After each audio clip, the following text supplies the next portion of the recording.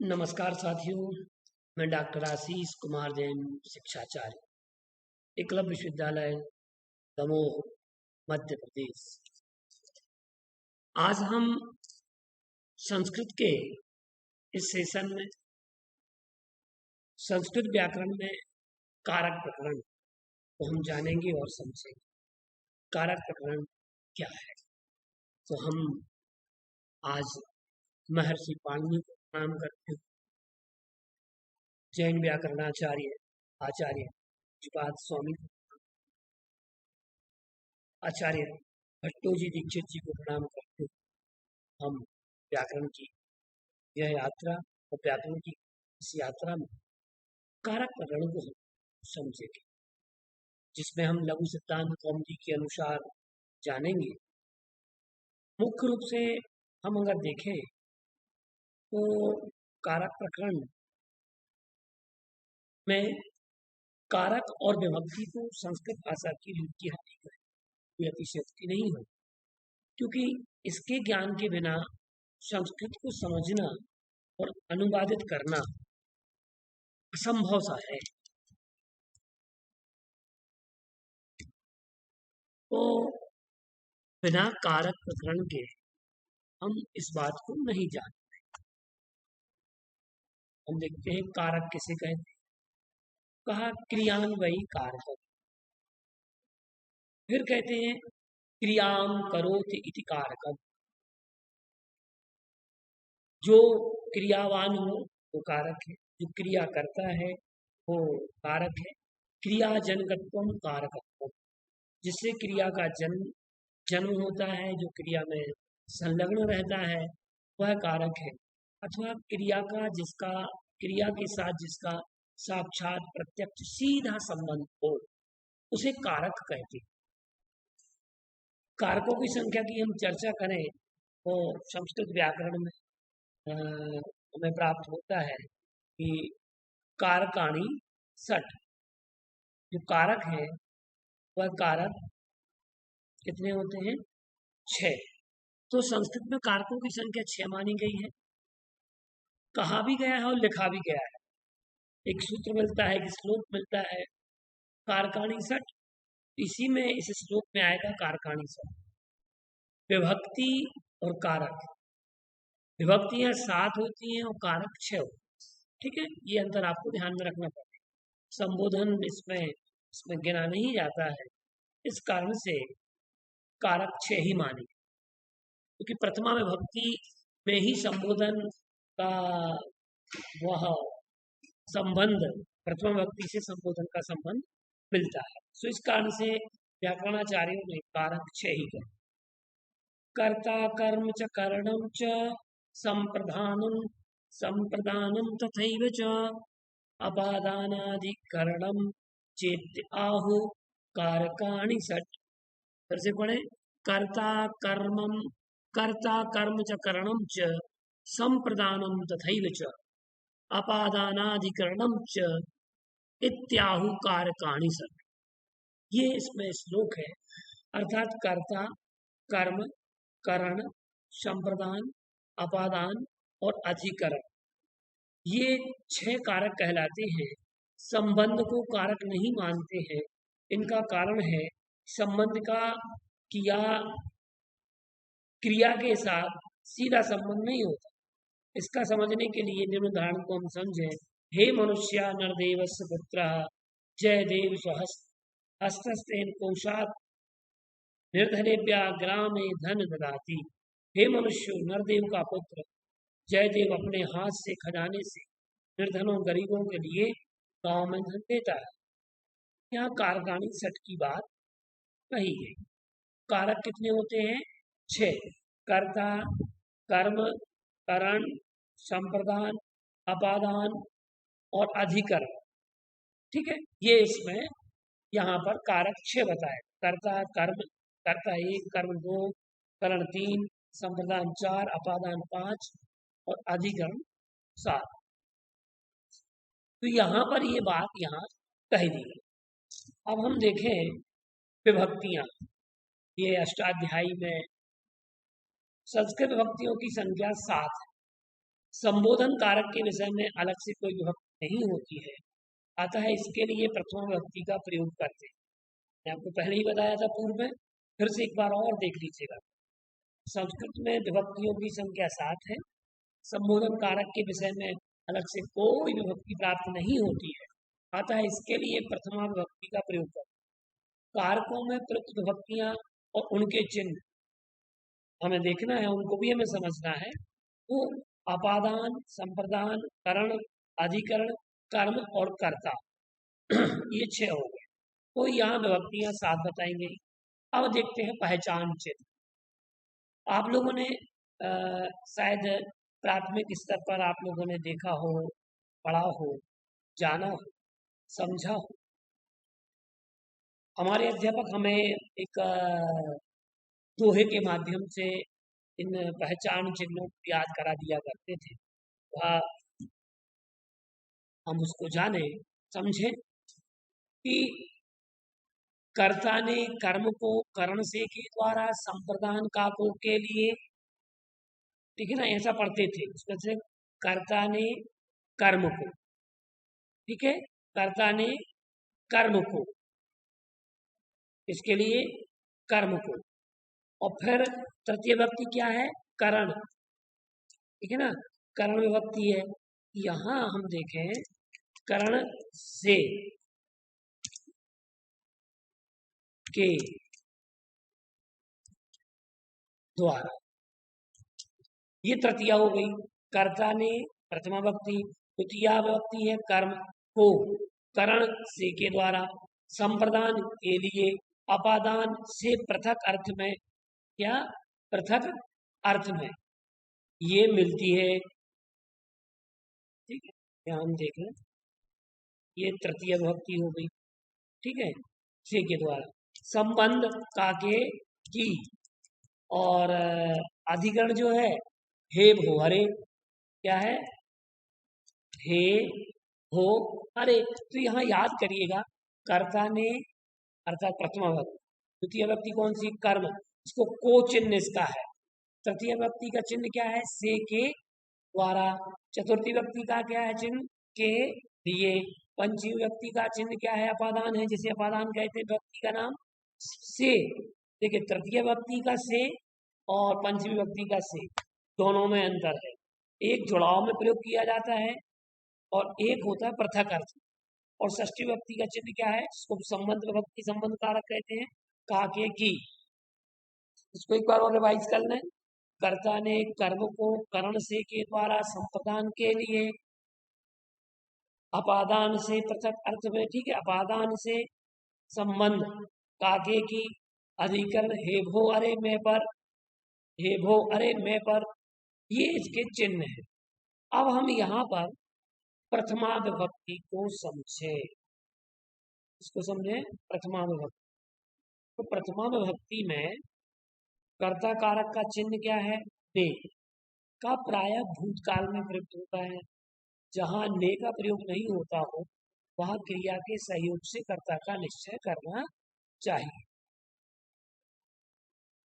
तो लघु सिद्धांत कौमुदी में कुछ सूत्र दिए गए हैं।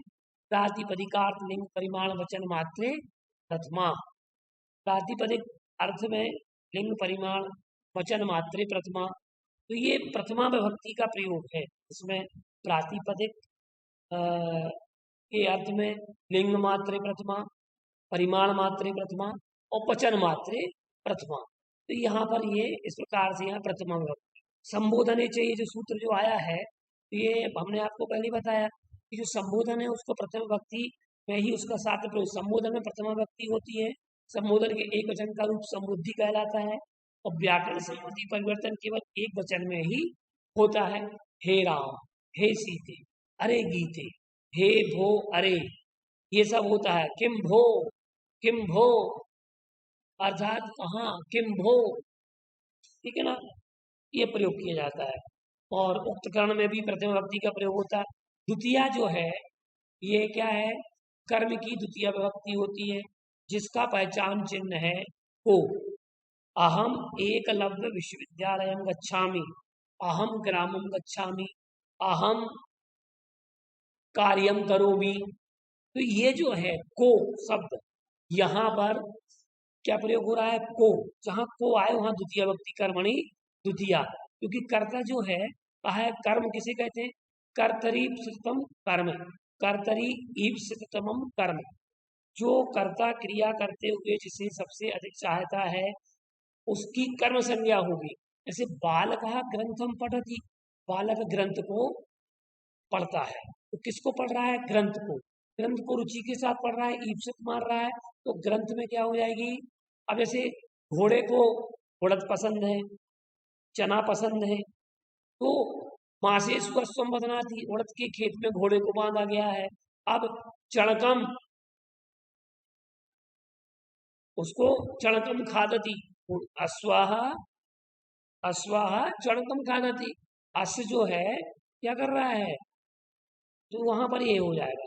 फिर एक सूत्र है तथा युक्तम चानीतम आकथितम च, ये उसके ही हैं जो कर्म के। तो याच पचदंड रुधि प्रच्छि प्रच्छि ब्रूसासु जी मतमुषाम कर्म युग स्याद कथितम तथा स्यान ही ह्री कृस्वहाम। ये जो है ये सब किसमें आ रहा है, ये अकर्मक धातुएं हैं 16। मैं आपको क्रम से समझाऊंगा इनको, ये मैं आपको केवल दिखा रहा हूँ। ये उपान, उपान वध्वसांग वसा, ये सूत्र है। आदिशिंग साम कर्म, ये कर्म का है, ठीक है। अभिनिविश्य कालाध्वनान, कालाध्वनोरत्यंत संयोगे च, ये भी सूत्र कर्म का है। अंतरा अंतरेण एन पादुतिया, अभिता उभयता परिता सर्वता में भी प्रयोग होता है, समय निक्षा में भी प्रयोग होता है, हा प्रति में, धिक अधो अधा अध्यधि में द्वितीया, बिना ऊपरी अनु यावत में कर्म। ये इस प्रकार से। अब क्रिया विशेषण द्वितीया भी होती है कर्म। तृतीय कारक जो है वह तृतीया विभक्ति है। इसके बाद कौन सी विभक्ति है, तृतीया विभक्ति। तो तृतीया विभक्ति को क्या कहते हैं, करण कारक। यहाँ से और के द्वारा, इस बात को मुख्य बात से मुख्य आपको समझना है, से और के द्वारा।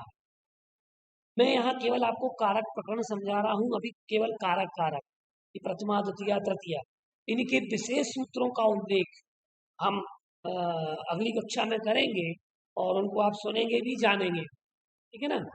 अभी मैं केवल आपको कारक प्रकरण में मुख्य मुख्य कारक की परिभाषाएं और उनके कुछ मुख्य सूत्र आपको बता रहा हूं, जिससे आपको ये पृष्ठभूमि आपकी बन जाए, ठीक है। साधक तमम करणम, क्रिया की सिद्धि में जो सर्वाधिक सहायक होता है उसे कर्ण कारक कहते हैं, और कर्ण कारक में तृतीया विभक्ति प्रयोग की जाती है। अब देखो यहाँ से और के द्वारा, इन दो के प्रयोग को हम समझेंगे।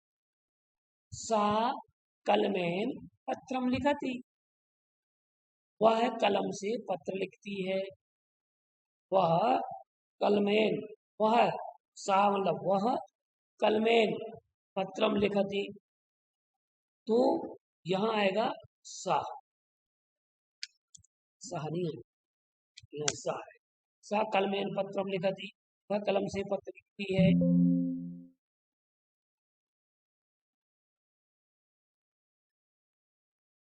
ठीक है। अब देखिएगा यहाँ से, यहाँ कलम का, लिखने का एक दूसरे से जुड़ाव है, ये पृथक अर्थ में नहीं है।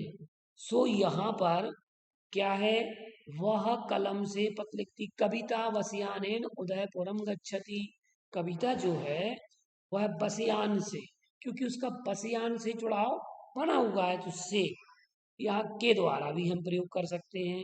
यह साधक तमम कर्म करणम, क्रिया की सिद्धि में जो सर्वाधिक सहायक होता है उसे कर्ण कारक कहते हैं, और कर्ण कारक में तृतीया विभक्ति प्रयोग की जाती है। कौन सी विभक्ति, तृतीया विभक्ति, तो इसको आप समझें। अनुक्त कर्ण में भी तृतीया विभक्ति, कर्तरी कर्णयोस तृतीया, रामेण बाणेन हतः बाली, राम ने बाण से बाली को मारा, ये यहाँ पर बन गया। अनुक्त कर्तरी तृतीया, अपवर्गीय तृतीया, ये सूत्र है। एनांग विकारा सहयुक्ते अप्रधाने, ठीक है, ये हम आपको समझाएंगे अलग अलग। इत्थम भूत लक्षणे प्रकृत्यादिव्या उपसंख्यानम, ये भी है। हेतौ, ये सूत्र तृतीया का है। पृथक बिना नानाभिस तृतीया तृतीयान्यंतरस्याम, जिन शब्दों में तृतीय विभक्ति लगती है वो शब्द हैं क्रम से। अब चतुर्थी विभक्ति, चतुर्थी संप्रदाने क्या है, इसका चिन्ह जो है वह है के लिए। क्या? के लिए। चतुर्थी संप्रदाने, यह सूत्र आता है चतुर्थी संप्रदाने। तो चतुर्थी संप्रदान में हम देखें तो यहाँ कर्मणा यम भी प्रतीसा संप्रदानम, कर्मणा यम भी प्रतीसा संप्रदानम, ये बात करो। जिसको कोई वस्तु या दान दिया जाए, जिसको कोई वस्तु या दान दिया जाए, उसकी दान अथवा वस्तु प्राप्त करने वाले की कौन सी विभक्ति होगी? कौन सी विभक्ति? संप्रदान विभक्ति।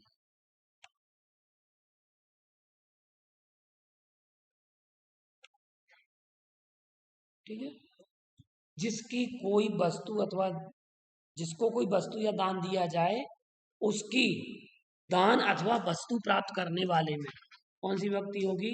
संप्रदान, संज्ञा होगी। चतुर्थी संप्रदान है। अब देखिए अधिकांश आप क्या देखते हैं कि ब्राह्मण को गाय का दान कर दो, ऐसा बोला जाता है। क्यों? ये परंपरा थी दान देने की कि ब्राह्मणों को गाय का दान दो। क्यों? क्योंकि ब्राह्मण गाय की बहुत अच्छे से उसकी सेवा करते थे और उनकी पूजा भी किया करते थे। तो ब्राह्मणों के लिए अधिकांश गाय का दान दिया जाता था और ऐसी कुछ मान्यताएं भी रही हैं कि गाय का दान करने से कल्याण होता है, स्वर्ग आदि की प्राप्ति होती है। ऐसी कुछ मान्यताएं हमारे वैदिक संस्कृति में रही हैं। अब ये कितना सत्य है और कितना असत्य है, इस बात का आपको अपने स्वविवेक के आधार पर ये पता लगाना है। क्योंकि यद्यपि हमारी संस्कृति में ये चीजें विद्यमान रही हैं, तो कुछ ना कुछ उनके पीछे का कोई ना कोई कारण अवश्य रहा। नृपः विप्राय धेनुं ददाति, नृपः विप्राय धेनुं ददाति। आप जैसे विभक्ति पढ़ते हैं, बालकः बालकौ बालकम, बालका बालकम बालकौ बालकान, बालकहि बालकाभ्याम बालकहि। ठीक है, बालकेन बालकाभ्याम बालकहि, तृतीया हो गई। चतुर्थी बालकाय बालकाभ्याम बालकेभ्यः, पंचमी बालकात् बालकाभ्याम बालकेभ्यः, षष्ठी बालकस्य बालकयोः बालकानां, सप्तमी बालके। ठीक है, जैसे बालके, ये पुल्लिंग विभक्तियां हैं, राम शब्द की विभक्ति है। अकारांत है, इकारांत, उकारांत, ऋकारांत, इन सब में आपको देखना पड़ेगा, सूत्रों को पढ़ना पड़ेगा और विभक्तियों को याद आपको करना पड़ेगा, तब कहीं जा करके आपको विभक्तियों का ज्ञान होगा। ठीक है, तो बालके बालकयो बालकेशु, ये सप्तमी विभक्ति। अब देखें यहाँ बालकाय, तो किसको दान दिया जा रहा है? विप्र को, ब्राह्मण को। तो नृपः विप्राय, राजा ब्राह्मण के लिए, किसके लिए? ब्राह्मण,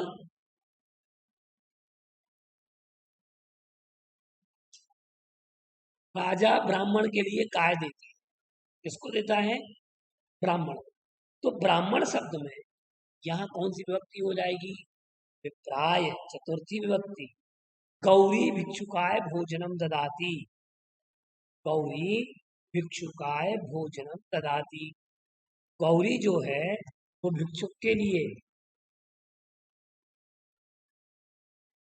क्या दे रही है? गौरी भिक्षुक के लिए क्या दे रही है? भोजन।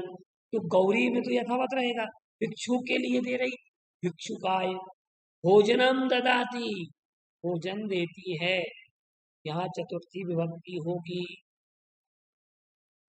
रुच्यर्थानां क्रियमाणा, गणेशाय मोदकम रोचते, अब यहाँ इस अर्थ में रुच्यर्था नाम प्रियमाणा सूत्र ताद्यर्थे चतुर्थी वाच्य, ये सूत्र है। नमः स्वस्ति स्वाहा स्वधा अलम वसड़ योगाच, इसमें चतुर्थी विभक्ति होगी। नमः योग चतुर्थी, स्वस्ति योग चतुर्थी, स्वाहा योग चतुर्थी, स्वधा योग चतुर्थी, अलम योग चतुर्थी, वसड़ योग चतुर्थी। फिर इसके बाद कुछ शब्द ऐसे हैं जिन शब्दों के प्रयोग में ही चतुर्थी विभक्ति होती है। क्रुद्ध, द्रोहेश, द्रोह, ईर्ष्या, सूयार्थानाम यम प्रतिकोपः, ये सूत्र है। क्रुद्रोहो रूप सृष्टयो कर्म धारे रुत्तमन्मणा उत्तमना स्पृहेरीप्सितः तुमर्थाच्च भाववचनात् प्रलपि संपद्यमाने च हितम कथय निवेदय सुखम कृते। ये इनमें इन शब्दों में कौन सी विभक्ति होगी? चतुर्थी विभक्ति। ये मैंने आपको सूत्र बता रहा हूं, अभी इनको फिर विस्तार से हम समझेंगे उदाहरण सहित। अपादाने पंचमी। अब यहाँ देखिएगा, यहाँ पंचमी विभक्ति है कारक प्रकरण की, कारक प्रकरण में पंचमी प्रकरण, पंचमी विभक्ति प्रकरण। अब इस देखिए अपादाने पंचमी कहा, अपादान पंचमी में, अपादान में पंचमी विभक्ति होती है, कहीं अपादान पंचमी है, पंचमी अपादान है, जिसका पहचान चिन्ह है से, पृथक अर्थ। कौन से अर्थ में? पृथक अर्थ। बालक का, बालक शब्द का पंचमी विभक्ति बनेगा बालकात। क्या बनेगा? बालकात। पंचमी विभक्ति बालकात बनना है। अब पंचमी विभक्ति जो बालकात बन रहा है, तो यह बालकात शब्द जो है ये पंचमी विभक्ति का है। अब यहाँ आप देखें पंचमी विभक्ति में बाल, वृक्षात पत्रम पतति, वृक्ष से पत्ते गिरते हैं। ये पृथक अर्थ में है प्रयुक्त। कौन से अर्थ में? पृथक अर्थ में पंचमी विभक्ति प्रयुक्त है। सो यहाँ पर पंचमी विभक्ति होगी, क्योंकि वृक्ष से पत्ते गिर रहे हैं, गिरते हैं, तो वृक्ष से पत्ते का संबंध रहा है, अलग हो रहा है। सो यहाँ पर पंचमी विभक्ति होगी। कौन सी विभक्ति होगी? पंचमी। अब बालकात स्त्रीलिंग में क्या बनेगा? सीतायाः, सीतायाः। फिर राज्ञः, मत्याः, मातुः, अस्मात्, अस्याः, सर्वस्मात्, सर्वस्य। ये अपादाने पंचमी। पंचमी की विभक्ति में, पंचमी में जो शब्द रूप बनेंगे बालक के, बनेंगे बालकात, वृक्ष के वृक्षात, फलम के फलात। सीता की विभक्ति बनेगी सीताया, राज बनेगी राज्ञा, जो राजा की, राजन की है वह राज्ञा। मति शब्द की बनेगी इकारांत की, मत्या। फिर मातु, मातृ शब्द की, ठीक है, पितु शब्द की पितु। फिर अस्मात्, अस्या, सर्वस्मात्, सर्वस्य। ये पंचमी विभक्ति हैं, और पंचमी विभक्ति में ये इस प्रकार से रूप बनेंगे। अब एक आध उदाहरण हम समझ लें, ठीक है। देखो यहाँ एक सूत्र आया है, ध्रुवम ध्रुव अपाये अपादम, ध्रुव अपाय प्लस अपाद, आधार प्लस अलग प्लस अपादम। किसी वस्तु या व्यक्ति द्वारा आधार से अलग होने के योग में आधार की अपादान संज्ञा होती है। किसी वस्तु या व्यक्ति के द्वारा आधार से अलग होने के में आधार की अपादान संज्ञा होती है। अब देखें हम यहाँ प्रयोग देखिएगा, अलग होने के अर्थ का ध्यान रखना है आप, ठीक है ना। अलग होने के अर्थ का, पृथक होने के अर्थ का आपको ध्यान रखना है कि कौन सी वस्तु किससे अलग हो रही है। वहां हमें कौन सी विभक्ति का प्रयोग करना है? पंचमी का। कौन सी विभक्ति का? पंचमी का। तो ध्रुवम अपाये, सूत्र को देखो आप, ध्रुवम ध्रुवम अपाये अपादानम, ध्रुव अपाये अपादानम। अपाय का अर्थ है अलग होने के अर्थ में, अपादान विभक्ति होती है, अपादान कारक होता है।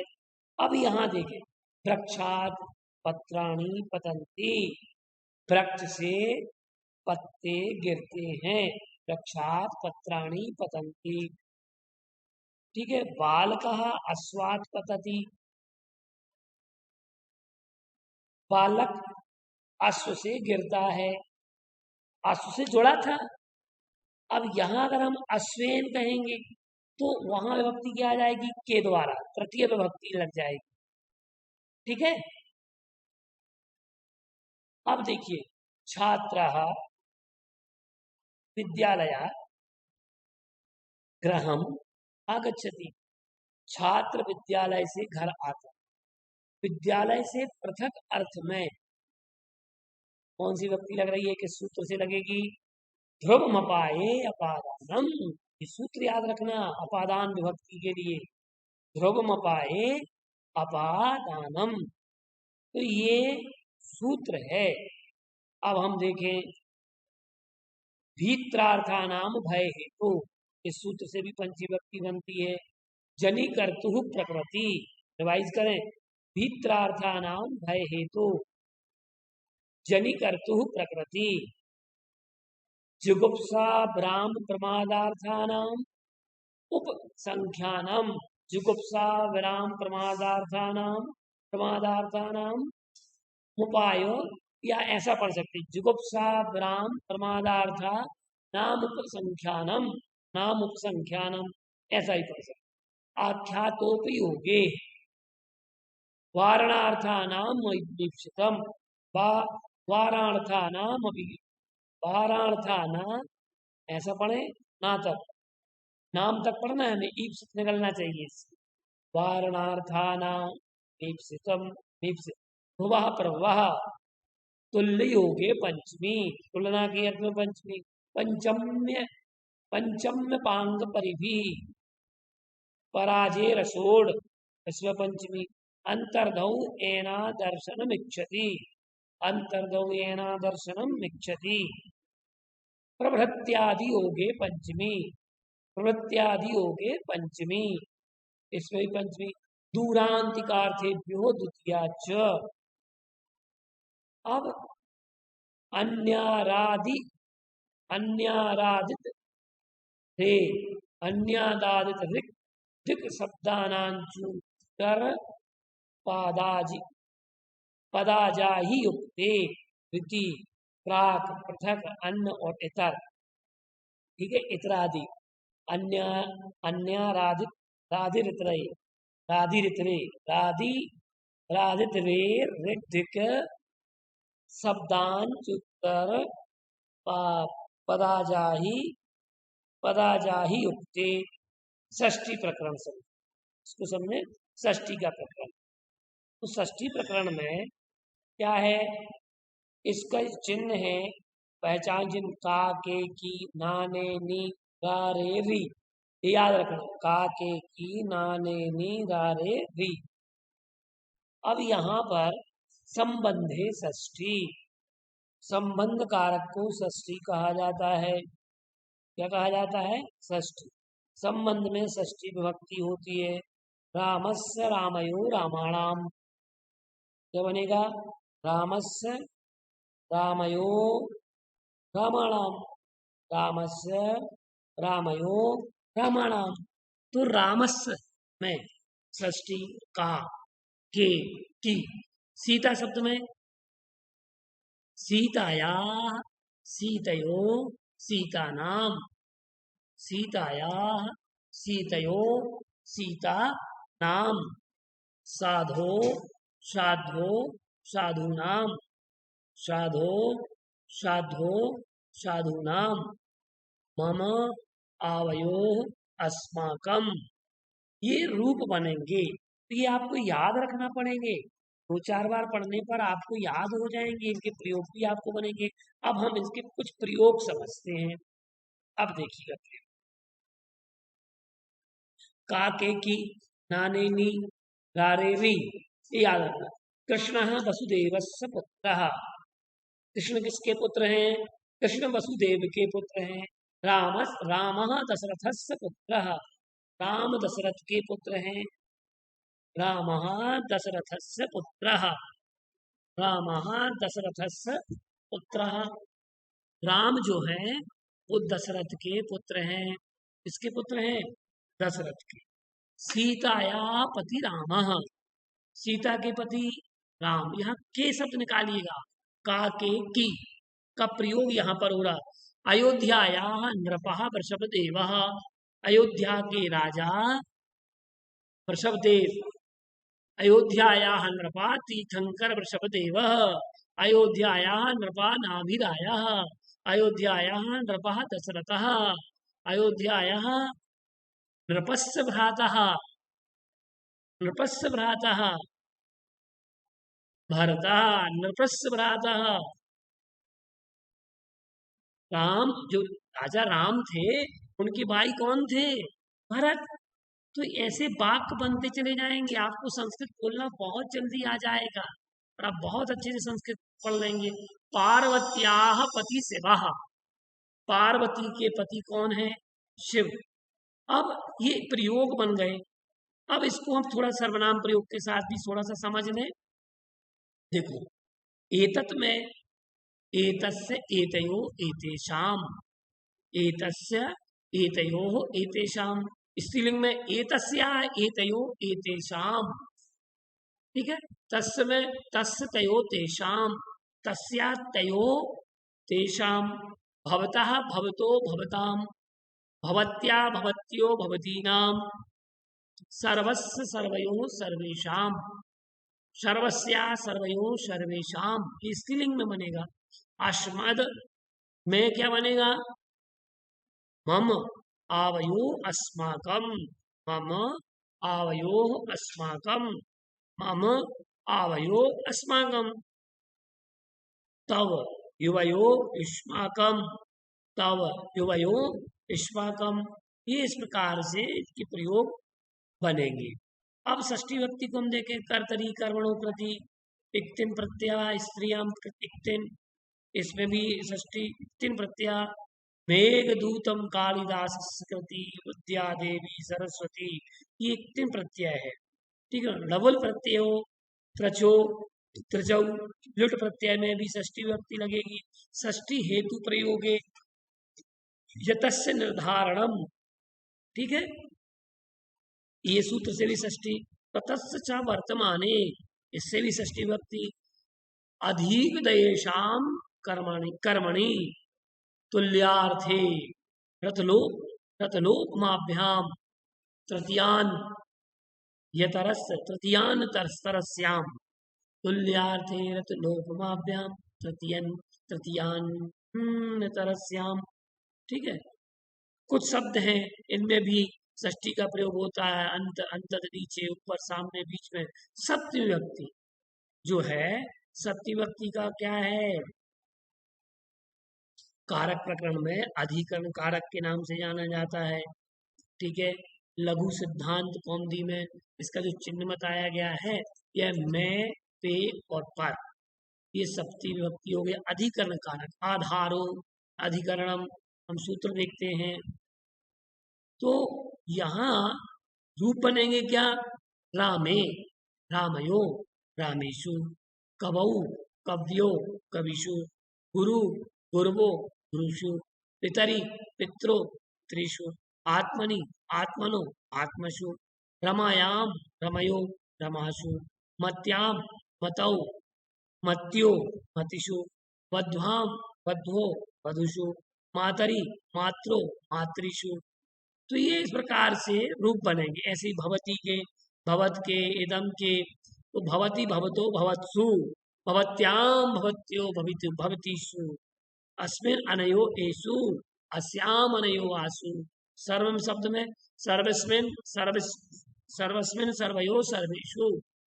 सर्वस्याम सर्वयो सर्वासु तस्मिन् तयो तेषु तस्याम तयो तासु कस्मिन् कयो केषु तस्याम कयो कासु मयि आवयो अस्मासु।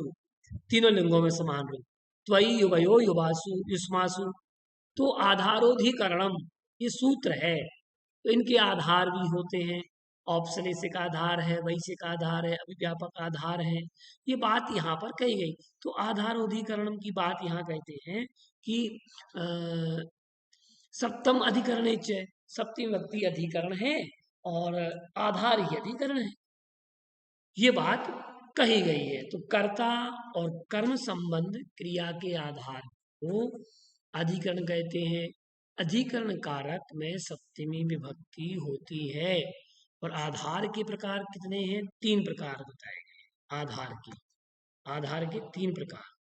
ठीक है, यहाँ बताए गए हैं कि औपश्लेषिक आधार, वैशिक आधार और अभिव्यापक आधार। ये बात यहाँ पर कही गई है। तो औपश्लेषिक आधार में जो समीप में हो, श्लेष में हो, ठीक है, समीप में हो वो औपश्लेषिक, श्लेष संयोग आदि संबंध हो वह औपश्लेषिक आधार हो गया। तो ये उदाहरण वैशिक आधार विषय से संबंध रखने वाले हो। अभिव्यापक आधार वह आधार जो सर्वव्यापकता का बोध कराता है। तो सप्तमी विभक्ति का प्रयोग फिर इसमें देखें हम, निर्धारणे सप्तमी यस्य च भावेन भावलक्षणम सप्तमी षष्ठी चानादरे साधु निपुणाभ्याम मचार्याम सप्तम प्रति निपुण साधु साधु प्रयोगे च। कुछ शब्द हैं, श्रद्धा है, विश्वास है, इनसे प्रीति है, प्रीति आसक्ति स्नेह विश्वास इत्यादि नाम शब्दानाम प्रयोगे सप्तमी। तो इस प्रकार से हमने एक कारक प्रकरण को जाना है कि सूत्र भी हमने आपको बता दिए हैं। और अभिव्यापक आधार, वैश्विक आधार, आधारोधिकरणम, ये सप्तमी विभक्ति हो गई। ठीक है, इस प्रकार से अब यहाँ षष्ठी का प्रकरण चल रहा है। तो षष्ठी प्रयोगे हेतु प्रयोगे ल्योट लवोल तेन स्त्रियाम कर्तृकर्मणों कृति। ठीक है, संबंध षष्ठी का प्रयोग हुआ और इन शब्दों में विभक्ति होती है पंचमी। प्रवृत्त्यादि योगे पंचमी अंतर्दो येन दर्शन विक्षति पराजय रसूड़ पंचम्य पांग पर भी तुल्य प्रयोगे पंचमी भवा प्रभवा वारणार्थानाम ईप्सित आख्यातापयोगे जुगुप्सा विराम प्रमादार्थानाम मुक्त संख्यानम जनि कर्तु प्रकृति भीत्रार्थानाम भय हेतु ध्रुवम अपाय अपादानम अपादाने पंचमी। ठीक है, हितम कथय निवेदय सुखम कृते कृलपि संपद्यमाने च। इसमें चतुर्थी व्यक्ति तुम अर्थाच भाव वचनात् स्पृहेरीप्सिता। ठीक है, धारणे रुत्तमर्ण क्रुद्रो रूप सृष्टयो कर्म क्रुद्र ईर्ष्यासूयार्थानाम यम प्रतिकोपा असट योगे चतुर्थी अलम योगे चतुर्थी स्वधा योगे चतुर्थी स्वाहा योगे चतुर्थी स्वस्ति योगे चतुर्थी नमः योगे चतुर्थी नमः स्वस्ति स्वाहा स्वधा अलम वसट योगाच। ये सूत्र है, वो व्याख्यान था। ताद्यर्थे चतुर्थी वाच्या रुच्यर्थानाम प्रियमाणा कर्मणा कर्मणा यम भी प्रति स संप्रदानम चतुर्थी संप्रदाने। ठीक है, ये संप्रदान कारक की बात हम तृतीय व्यक्ति की बात करें। पृथक बनाना नाम अभिस्तृतीयान्य तरस्याम हेतु प्रकृतिभ्या उपसंख्यानम इत्थम भूत लक्षणे सहयुक्ते अप्रधाने एनांग विकारः अपवर्गे तृतीया अनुक्ते कर्तरी तृतीया अनुक्ते कर्तरी तृतीया कर्मवाच्य। ठीक, कर्तरी करणयोस् तृतीया, ये यहाँ पर मुख्य सूत्र है। साधकतमम कर्णम, ठीक है, क्रिया विशेषणे द्वितीया, ये अभिता परिता उभयता सर्वता समया निक्षा हादिक प्रीति प्रति अधो अदाद्यदि बिना उपरि यावत अनु में भी विभक्ति होती है। ठीक है, एन पादुतिया अंतरांतरेण कालाध्वरान कालाध्वनोरत्यंत संयोगे च अभिनिविश्च। और स्त्री सिंह स्थासाम अधि सिंह स्थासाम कर्म उपान वद्वांग वसह, ये अकर्मक धातु हैं। दोहे आज पचदंड रुदि प्राची सासु जिसमत शाम कर्मयुक्त स्याद कथितम तथा स्यान्नि ही कृस्वहाम अकथितम चेत तथा युक्तम चानीप सतम कर्तृपतम कर्म द्वितीय भक्ति कर्मणि द्वितीया उक्त करणे उक्त कर्तरी करणे प्रथमा संबोधने च वचन मात्रे प्रथमा परिमाण मात्रे प्रथमा लिंग मात्रे प्रथमा प्रातिपदिकार्थ मात्रे प्रथमा। ये प्रातिपदिकार लिंग परिमाण वचन मात्रे प्रथमा ये सूत्र था, ये कारक की पहचान थे। कर्ता ने कर्म को कर्ण से के द्वारा संप्रदान के लिए अपादान से पृथक अर्थ में संबंध का के की। तो इस प्रकार से ये पूरा का पूरा जो था, ये हमने आपको विभक्तियां बताई। विभक्तियां 7 होती हैं और कारक प्रकरणों की कारक की संख्या 6 है। कर्ता कर्म च करणं च संप्रदानं तथैव च अपादानाधिकरणं चेत्याहु कारकाणि षट्। क्रियान्वयी कारकम क्रियाम करोति इति कारकम क्रियाजनकत्वम कारकम। क्रिया के साथ जिसका साक्षात संबंध हो उसे कारक कहते हैं। तो इस प्रकार से ये हमने पूरा का पूरा आपको ये प्रकरण आपको समझाया है कि आप इस प्रकरण को जानें और समझें, जिससे कि आपकी ये विभक्तियां और कारक प्रकरण का एक संक्षेप रूप हमने आपको बतलाया है और आप इसका अध्ययन करें। आगे की कक्षाओं में हम एक एक विभक्तियों का विशेष रूप से उदाहरण सहित हम जानेंगे। आज हमने पूरा अपना एरिया देख लिया कि हमें क्या क्या पढ़ना है। इसके बाद हम एक एक विभक्ति की को समझाएंगे एक एक क्लास में, प्रति क्लास में। नमस्कार, मैं डॉक्टर आशीष कुमार, जन शिक्षाचार्य, अध्यक्ष संस्कृत विभाग, एकलव्य विश्वविद्यालय दमोह, मध्य प्रदेश।